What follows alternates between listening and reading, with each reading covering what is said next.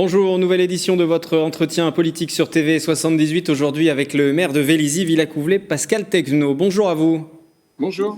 Vous êtes en poste depuis 2014, c'est votre deuxième mandat à la tête de cette commune de plus de 22 000 habitants. Votre slogan l'an dernier était « Façonnons Vélizy pour l'avenir ». Est-ce que cela reste d'actualité malgré la crise sanitaire ou comme certains maires, vous avez dû revoir un petit peu vos plans ? Non, ça reste d'actualité. Après, il est clair que c'est un peu plus long à organiser puisque la concertation et les rencontres avec les Vélysiens sont plus compliquées que ce que j'avais l'habitude de faire dans le mandat précédent. Mais on continue à travailler, on va s'organiser différemment pour construire de nouveaux projets ensemble. Donc non, le planning est pour quelques mois de plus, mais l'objectif reste le même. Vélizy a déjà beaucoup changé de visage, notamment au cours de votre dernier mandat. Je pense à la dalle de Louvois, par exemple. Il y a encore beaucoup à faire. Là, si vous voulez plus vous orienter vers le centre-ville, façonner ce centre-ville. Voilà, alors Louvois, en fait, c'était le projet précédent. C'est ce qui avait fait un peu mon élection. C'était de faire rentrer la forêt dans la ville avec des services. Et là, maintenant, ça se termine dans les jours qui viennent. Et on a réussi à faire une vraie vie dans ce quartier. Et les gens ont adopté en fait ces nouveaux jardins, ces nouveaux commerces, et c'est maintenant quelque part une des réussites.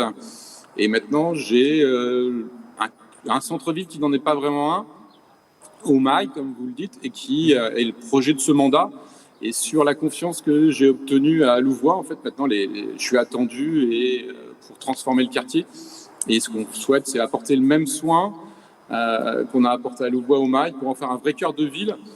Alors, ce ne sera pas la forêt qui va rentrer dans la ville, puisqu'il n'y a pas la dalle, mais j'ai quelques immeubles en long qui coupent toute la vie de ce quartier. Et donc là, j'espère pouvoir présenter un projet, co-construire un projet courant 2021 avec la population pour transformer ce quartier et en faire un lieu de vie encore plus réussi que Louvois. Avec l'environnement, toujours comme axe majeur pour ce quartier, mais pour l'ensemble du mandat. Je pense aussi au chantier de géothermie qui a avancé aussi, qui est un gros chantier pour la commune. Donc vous avez toujours l'environnement dans un coin de votre tête sur tous les projets. En fait, c'est même pas... L'environnement a été pris en compte dans tout ce qu'on fait, que ce soit du service, que ce soit des grands projets d'aménagement. Et il est clair qu'à Louvois, ça a été le premier écoquartier qui a été labellisé par la région en 2015. Et c'est le fil conducteur pour tout ce qu'on fait, aussi bien dans le transport, dans l'environnement et avec la géothermie. La géothermie, c'est ce qui va transformer tout le chauffage urbain de tous les Vélysiens, puisque en octobre, donc la prochaine saison de chauffe, on aura un chauffage urbain donc pour toute la partie collective. C'est 90% des Vélysiens qui seront chauffés avec de la géothermie. Là, le forage est terminé, ce qu'on voit à l'image actuellement. Et donc là, maintenant, on est en train de construire le bâtiment qui va permettre de produire cette géothermie et de transformer les réseaux sur toute la ville pour qu'au mois d'octobre, en fait, on aura un chauffage totalement décarboné sur toute la zone d'habitation et 20% du chauffage de la zone économique. Nous évoquons avec vous les différents dossiers qui concernent cette ville de Vélizy, comme nous le faisons chaque semaine avec les différents maires du département. Nous avons parlé environnement, parlons peut-être aussi sécurité. C'est un problème commun à plusieurs communes. Vous, votre réponse, c'est quoi ? C'est plus d'effectifs, vidéo-verbalisation ? Quelle réponse vous apportez à ces soucis ? Alors Vélizy est une ville plutôt calme, mais c'est jamais gagné d'avance et on a toujours quelques voyous qui essayent de pénétrer. Donc dès 2014, en fait, j'avais créé un hôtel de police avec une police municipale où on était monté à 21 policiers municipaux, des patrouilles de jour et de nuit. Et donc là, on renforce ça avec la vidéosurveillance qui a été mise avec un CSU qui couvre 5 communes de l'agglomération.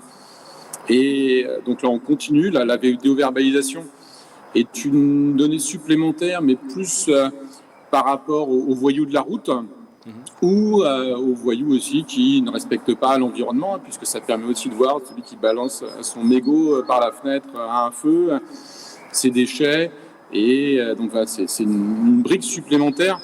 Mais le quotidien, c'est plus toutes les mesures de prévention qu'on mène par rapport aux incivilités. On a surtout des incivilités. On a aussi de temps en temps des points de deal qui essaient de se construire. Donc là, on perturbe directement le trafic pour faire comprendre que Vélizy n'est pas le bon endroit pour dealer, pour des actes d'incivilité ou tout simplement en fait pour tout ce qui pourrait perturber la tranquillité quotidienne des Vélysiens.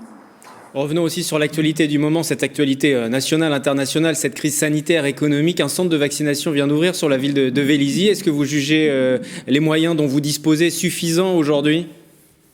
Alors les moyens dont on dispose, ils dépendent que de la ville. Donc cela, on a mis tout en œuvre pour monter le centre de vaccination qui a ouvert hier.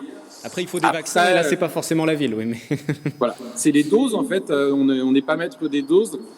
Donc là, il y a l'ARS et le préfet qui se battent au quotidien pour essayer d'obtenir des doses, de manière générale, pour les Yvelines et pour le centre de Vélizy. Donc là, c'est toute la difficulté. Il y a un décalage entre les annonces gouvernementales et puis les doses obtenues par chaque département. Alors, on m'expliquait hier que quelque part, en fait, le nombre de doses qu'on recevait dans le département et sur le centre de Vélizy était inversement proportionnel aux annonces gouvernementales. Donc, j'espère que ça va changer plus tard. Là, on avait 2000 doses qui étaient prévues. On a démarré avec 400. On nous annonce un peu moins, peut-être la semaine prochaine, mais il n'y a que le vaccin qui pourra nous sauver. Donc, j'espère qu'on mettra tout en œuvre dans la logistique pour pouvoir répondre aux attentes de l'ARS, des préfets qui nous accompagnent. Les discussions aujourd'hui portent aussi sur ce reconfinement plus strict ou non. On verra dans les prochains jours ce qu'il en est, si le président de la République prend la parole ou non pour annoncer certaines mesures, nouvelles mesures. La fermeture des écoles aussi peut-être. Vous y serez favorable par exemple ? Non, j'y suis pas favorable, mais en fait aujourd'hui avec les nouvelles mesures qui sont faites, à partir du moment où maintenant un enfant malade ferme l'école, enfin ferme la classe. Oui, dès qu'il y a un cas, effectivement la classe ferme. Voilà, quelque part le confinement il est annoncé indirectement, sans le dire. Mais non, je pense qu'il faut, peut-être pas obligatoirement pour toujours la même raison, mais le confinement n'est pas une bonne idée. Et la fermeture des classes non plus. Là, le ministre fait tout pour les garder ouvertes. Après, il faut juste qu'ils mettent les moyens aussi. Les tests salivaires, ils avaient été annoncés, on ne les voit pas venir. Et il faut que la vaccination se généralise. Et je pense que si on élargissait le panel de personnes qui peuvent être vaccinées, et notamment les enseignants, tous les personnels en contact avec les enfants, ça permettrait de pouvoir éviter ce confinement. Le confinement, c'est un échec quelque part. Et à partir du moment où on a son masque, on respecte les gestes barrières et où on arrive à vacciner massivement, je pense qu'on peut passer à côté d'un confinement. Le confinement, ça serait un échec pour tout le monde, pour le bien vivre ensemble, pour l'économie et avec des répercussions importantes aussi sur l'état d'esprit et la vie de tous les Français. Dans quelques mois doivent se tenir les élections régionales, départementales, en tout cas si l'exécutif décide de les maintenir. Le conseil scientifique, lui, hier s'est prononcé. Il a dit que c'était à l'exécutif de trancher.